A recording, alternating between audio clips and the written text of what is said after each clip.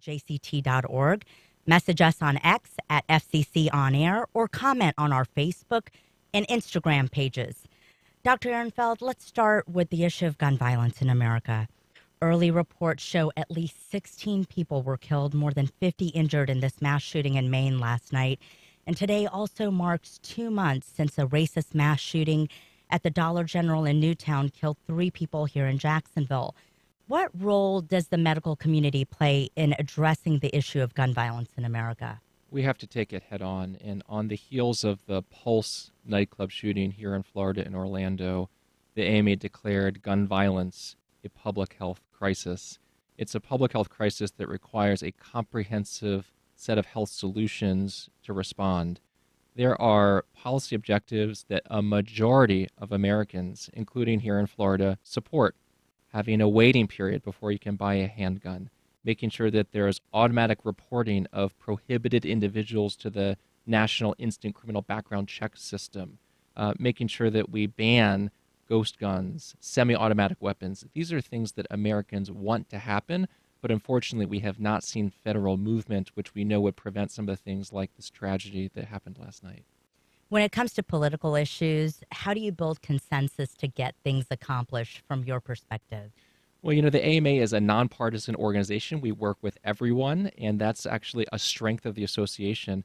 Folks don't know this, but we convene 190 states and specialties twice a year, and we take physicians from all across the country, all political spectrums, with all points of view. And the amazing thing is that when we are talking about a difficult policy like our stance on gun violence, you know, we bring evidence together, we debate that evidence, we vote, we set our policy, and then we go out to dinner. And I wish that that happened more in Congress, in our state legislatures, where unfortunately people aren't able to see eye to eye and maintain those friendships and relationships. It certainly used to be that way, not so much these days. It did. Let's pivot a little bit. Post-COVID, we're seeing record high physician burnout. The U.S. faces a shortage of 124,000 doctors over the next decade. And here in the Sunshine State, a shortage of about 17,000 doctors by 2035. Those are alarming numbers. How do you expect to keep up with the demand of doctors while more people are moving to areas like Jacksonville? Well, it's a crisis. We've got an aging population, but we also have an aging physician workforce and record burnout that has not subsided since the onset of COVID. We know that if we don't take action today, we are going to be in a real pickle because we just will not have the workforce that we need to take care of Americans all across the country. The AMA has bipartisan support in Congress to do important things like expanding the number of residency training spots, graduate medical education. We know that we need to do this. Unfortunately, there's been a cap since the 90s because this is tied to federal dollars for Medicare that has not expanded substantively. It's only expanded once, and it was just a drop in the bucket 2 years ago. We know that there are more qualified students who don't have a position to get a residency position. We know that we have hundreds, if not thousands, of international graduates who would love to come to train in sunny Florida to do their residency and then stay on to practice.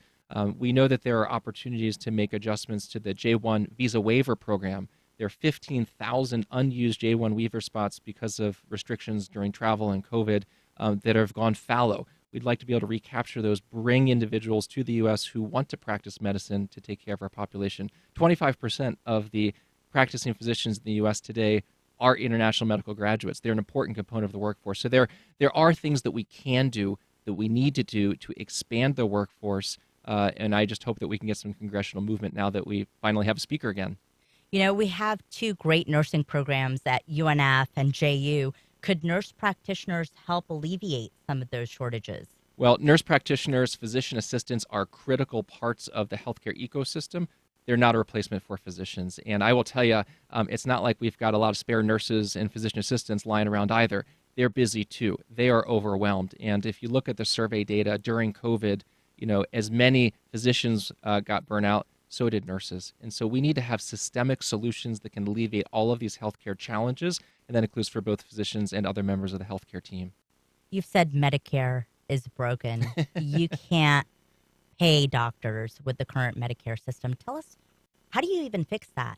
Well, it's a real challenge, and unfortunately, we've got 2 issues. One is, for some strange reason, and I don't know why, historical accident omissions mistake, physician payments through Medicare were never indexed to inflation. So my first year of medical school was 2000, 2001. If you go back to 2000, 2001, physician payments through the federal Medicare program have dropped 26% when adjusted for inflation. Think about any other industry. Revenue goes down 26% and you stay in business, not possible. So unfortunately, more and more physician practices, particularly small independent practices, are saying that they can't take Medicare anymore. They're turning patients away. They're limiting the number of patients that they can see. And that is having a huge impact on seniors and being a real problem. So we are trying to get wholesale reform of the Medicare payment program. And again, this year, if Congress doesn't act, there'll be another 3.36% cut to physician payments January 1 because of the way that the funding formula has been constructed. But when you talk to patients, the first people that they get mad at are the doctor's offices, right? Sure. Because they see all these medical offices going up. They think everyone's making money, but they're not getting care. Where in the system, who's getting paid and who's not getting paid? Yeah, so unfortunately, physician payment through Medicare, because it was never indexed to inflation, the way that hospitals, skilled nursing facilities were, have just fallen behind. And it's made it just impossible for many practices to keep the doors open if they rely solely on taking care of Medicare patients. And so we need to solve that if we're going to preserve access for seniors. We know that you're trying to address pre-authorizations as a barrier to access, but are you actually making headway with insurance companies on that? We are. It is the number one pain point for physicians. The average office employs 2 full-time people just to make those phone calls, just to send those fax machines, just to argue with insurance companies over care that we know is necessary and appropriate. The Centers for Medicare Services, they actually made a huge step forward in reining back some of these horrible practices in the Medicare Advantage plans. We're hoping that the Biden administration can finalize some proposed rules that would help with other programs. And we're seeing actions at the state level where people have had it. Most state legislators, most federal legislators that I talk to, they've been there. They've had to argue with their insurance company for themselves or a loved one or a family member to get care that they know is important and necessary. Florida's Surgeon General Joseph Ladapo came up with the statement earlier this week advising against the COVID vaccine for people under the age of 65.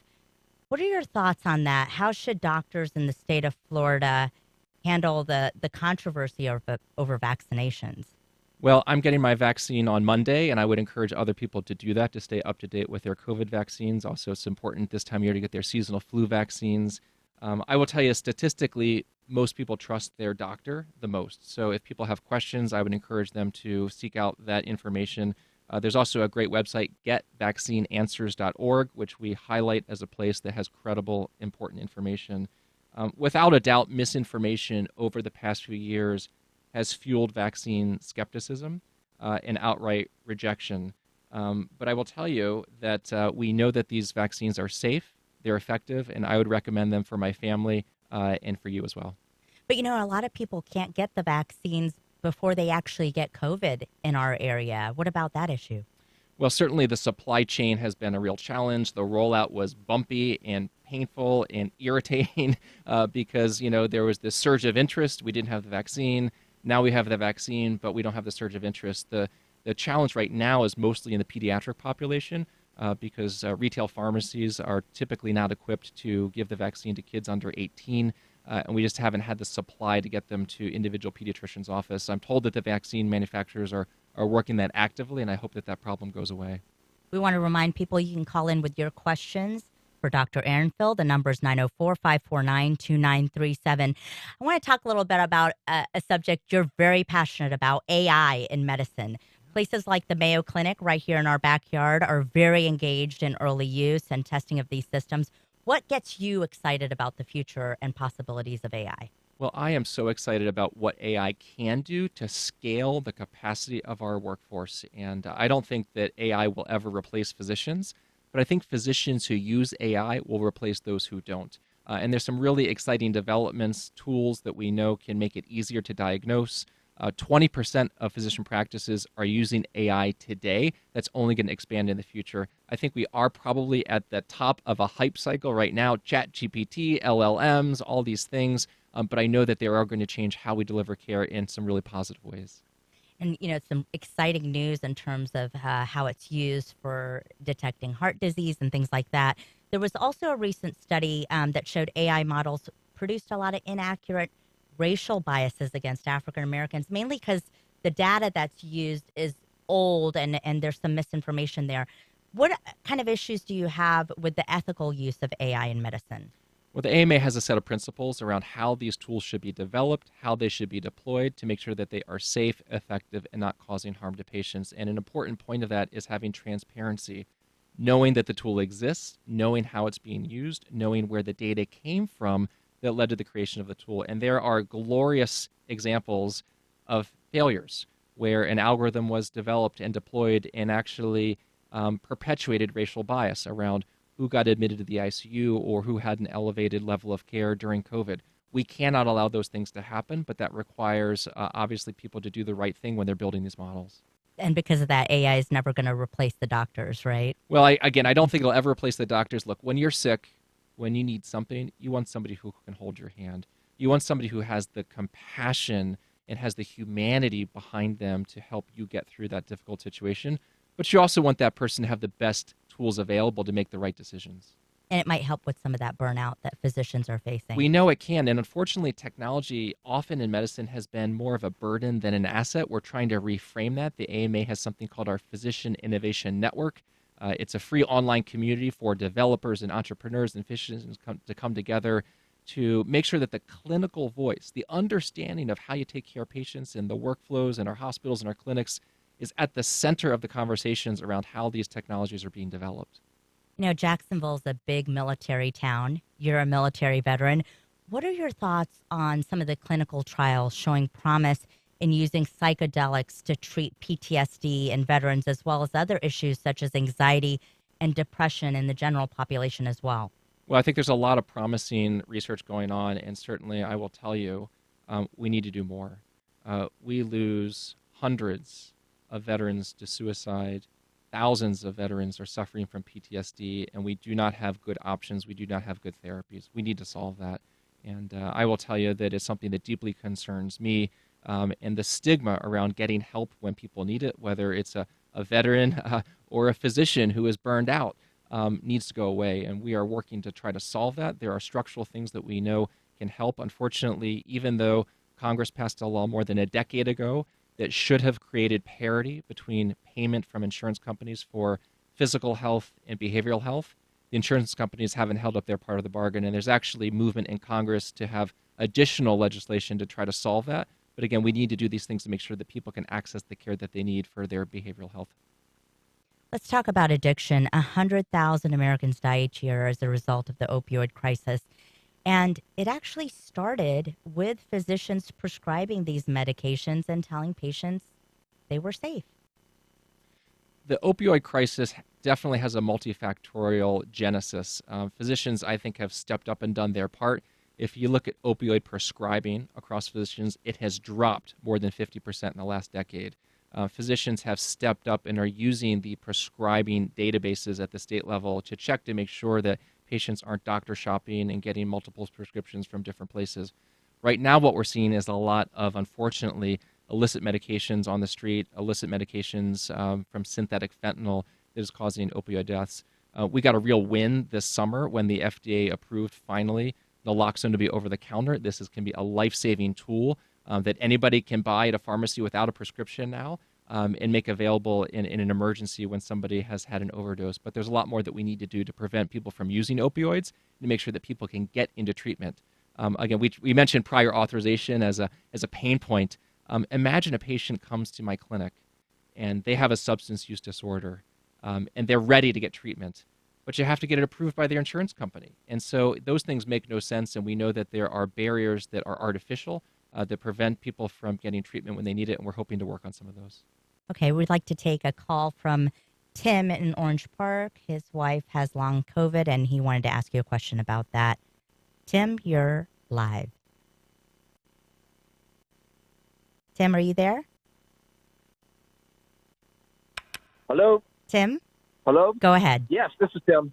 Yes, so my wife has long COVID, and I was wondering, I heard a couple of things about possible insurers or help in that direction. But you mentioned also a second ago about insurance. We're having a problem with the insurance factor. Don't the insurance companies do they see long COVID as a problem? And I'll take my answer off the air. Thank you. Well, thanks for that. There's still so much that we are learning. Just as 3 years ago we knew nothing about COVID, we're only starting to really understand this phenomenon of long COVID, and I'm sorry that your wife is afflicted with that. I know that there's a new office out of HHS. There's a new long COVID director who's trying to coordinate the federal efforts to characterize the disease, make sure that we have therapeutics in the pipeline and support for patients like your wife, Tim. But clearly, we're at a point right now where we are really just trying to do our best with really limited knowledge, and I am hopeful that we'll have some breakthroughs that can hopefully provide the support, because there are thousands and thousands of patients worldwide who are in a very similar situation. We know that signups for health insurance through the marketplace start next week. What direct measures are you taking to address healthcare disparities for low-income families, and what roles can doctors play directly with helping those families, know what they need to sign up for? Well, I will tell you, unfortunately, it does seem like it takes a PhD to figure out which plan to sign up for. And I struggle with this with my own family because we have a couple of options because of our availability. The most important thing that unfortunately has not happened here that can reduce some of those health disparities and make it easier for patients would be to expand Medicaid. And sadly, there are only 11 states that haven't done that, including Florida. And that we know leads to worse outcomes, people being sicker, not having access to care. So it's important to get coverage. It's important to have credible, high-quality coverage. And again, I would encourage people to look for resources. There are some wonderful community navigators who can help with some of those difficult calculations about which plan and what level and which benefits make most sense, but those are very personal decisions. You're the first openly gay president of the AMA. Do you bring a unique perspective to different healthcare issues in specific communities? Certainly it's humbling to be an AMA president, and it's daunting sometimes to think I'm one of the youngest AMA presidents. I'm only 45, and I'm certainly the first openly gay AMA president. I'm also the first AMA president to have a child while in office. I've got a 9-month-old little boy named Asher, and Congratulations. And a 4.5-year-old named Ethan, which I'm very proud of. But I have experienced the good, the bad, and the ugly as a gay dad, right, in healthcare, getting access to care, going through the awkward conversations when people assume that I have a wife, being turned away for care that I know is necessary based on my own personal risk, and those things shouldn't happen, but they do, and I know that they happen for millions of Americans from a variety of marginalized communities, not just because they're gay or LGBT. But from other communities. We need to do better. And certainly, as I think about my personal advocacy and my desire to make healthcare more accessible and more equitable, that certainly drives a lot of my work. Wow. I tell you what, a lot of patients really would love to have a doctor like you that really cares. And a lot of doctors got into this because they really care. But how do you restore trust between doctors and patients at a time when a lot of people feel like they spend more time talking to a stranger in the grocery store line than their own doctor? Well, sadly, we know that for every hour that a physician spends in front of a patient, taking care of them, talking to them, they spend 2 doing administrative work and clicking buttons in their electronic health record. And I certainly didn't go to medical school to click buttons on a computer. I went to medical school to take care of patients, to talk to them and their families, to comfort them in their times of need. We know that there are so many system inefficiencies that suck the joy out of the practice of medicine, that make it hard for patients to be able to get those extra minutes, those extra moments that are really important and meaningful with their doctor. And we're doing everything that we can to try to get doctors back to what they went to medical school to do, which is to practice the art and science of medicine. What about medical tourism? Do you see a lot of people leaving the U.S. to get health care in other countries where it may be cheaper? I'm not sure what the statistics are. It's certainly a well-described phenomenon. What's really a challenge for physicians here in the U.S. is when people go abroad for procedures or therapies, come back, and then there are complications, or there's a lack of communication, or there's no clear plan for where that aftercare is going to happen. And certainly that's something that we would advise against because, again, that can cause harm to patients. The idea of food as medicine, kind of going old school. There's a movement towards functional medicine, and a lot of doctors are leaving traditional medicine and moving towards more of a concierge medicine system. Obviously, that's not affordable for everybody, but do you see a place for that? Well, certainly we want patients to have choices, and there's been so much consolidation across healthcare systems, insurance companies, pharmacy benefit managers, that those choices are dwindling. And so certainly those kinds of different practices, concierge medicine or other approaches, which are relatively new, they're not totally new, are definitely places that give patients different options. And so that is something that certainly that the AMA supports. You're no stranger to the First Coast, right? You spent some time here. I have my parents live here in Jacksonville. That's awesome. As having seniors, I have my own parents who live next door. Loneliness is a huge issue, especially among elderly, but now it's also an issue among teenagers. How has that kind of become a medical issue as well? And how do you tackle this loneliness epidemic here in this country? Well, we certainly have seen a ton of social isolation, particularly in kids during COVID when things were shut down or people weren't going to school. That is a lingering problem that we're only starting to grapple with, and making sure that we can create those social connected opportunities, particularly for our youth, is so important to support behavioral health. The AMA is trying to make sure that kids who need access to behavioral health services have it, but unfortunately we just don't have the services available, which is why we need to expand our workforce. We need to expand our graduate medical education training programs. We certainly need more psychiatrists. We need more child and adolescent psychiatrists. And this is a problem that unfortunately we really need federal action on. I see on the AMA's website so many different issues you guys are working on, and some of them, hey, we've been fighting this for 10 years. 10 years. Do you see progress being slow? Because a lot of Americans are saying, we need the help now. I do see progress, and I will tell you, I'll give an example. For 10 years, it was literally 10 years between when the AMA came out for this policy and when actually we got a movement this summer. The AMA fought to get rid of a discriminatory ban on gay men donating blood. The science made no sense. It was a policy that existed because of stigma, and it took 10 years for the AMA and our other partners to convince the FDA and the CDC to finally drop this outdated policy. And I will tell you, this was particularly meaningful and moving for me as a gay man when, at the end of September last month, my husband and I together were able to donate blood for the first time in our lives as a gay couple. So Wow. It is challenging. The journey is slow, but we are able to make progress. We just need it faster. What did that mean for you? It brought tears to my eyes, and I will tell you, my older son Ethan, 4.5 years old, he was born premature. He was born at 29 weeks, spent 49 days in the neonatal ICU, and needed a blood transfusion. And I still remember being in the ICU, looking at my husband, and being struck by the irony that here was this beautiful little boy, this beautiful baby who needed blood, and we couldn't donate. And so to be able to go with my husband, by the way, Ethan's doing fine. He's 4.5 and running around. To be able to go with my husband to the blood center where we live and donate blood was just a very, very moving experience. Wow. Thank you so much for sharing that with us. Sure. Dr. Jesse Ehrenfeld, thank you for your time. He'll be speaking at the Future of Healthcare Conference here in Jacksonville today. Got a lot of great topics that we covered, and really nice to know that you have a local connection, and hopefully you'll come back and visit us here. Thanks for having me.